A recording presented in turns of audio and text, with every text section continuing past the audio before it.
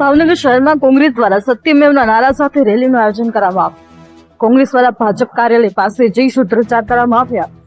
કોંગ્રેસના વિરોધને લઈ પોલીસ દ્વારા બંદોબસ્ત ગોઠવી દેવાયો। કોંગ્રેસ દ્વારા વિરોધ કરવામાં આવતા પોલીસ દ્વારા અટકાયત કરવામાં આવેલ।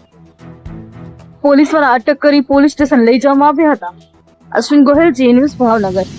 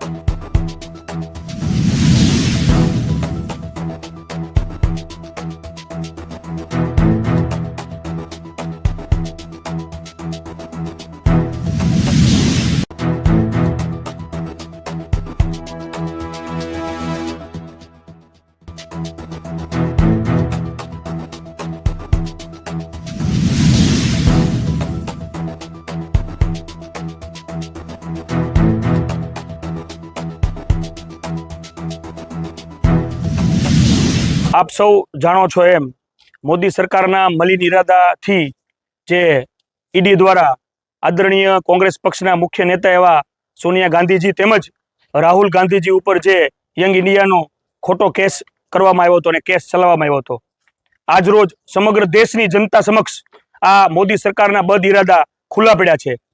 ન્યાયપાલિકાએ આ કેસમાં ઈડીને ફિટકાર લગાવી છે અને કહ્યું છે કે તમારા અધિકાર ક્ષેત્રમાં જ નથી આવતો આવો કેસ કરવો।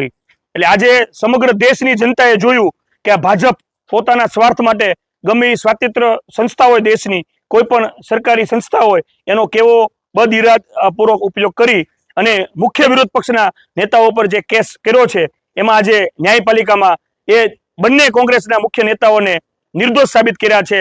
સામે પક્ષે સરકાર અને ઈડીને ફિટકાર લગાવી છે। એટલે જ આજે એના સમર્થનમાં અમે સત્યમેવ જયતેના નારા સાથે ભારતીય જનતા પાર્ટી ભાવનગર શહેરના કાર્યાલય સુધી માર્ચ કાઢી હતી।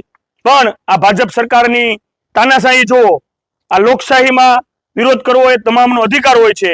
કોંગ્રેસ પક્ષના 100 થી 125 કાર્યકરોને આજે પોલીસ દ્વારા અટકાયત કરી અને અહીં પોલીસ ચોકીએ લાવવામાં આવ્યા। છતાં રાહુલજીનો નારો છે ડરો મત, એ અભિયાન સાથે આગામી દિવસોમાં પણ કોંગ્રેસના આંદોલન તાનાશાહી વિરુદ્ધ ચાલુ રહેશે।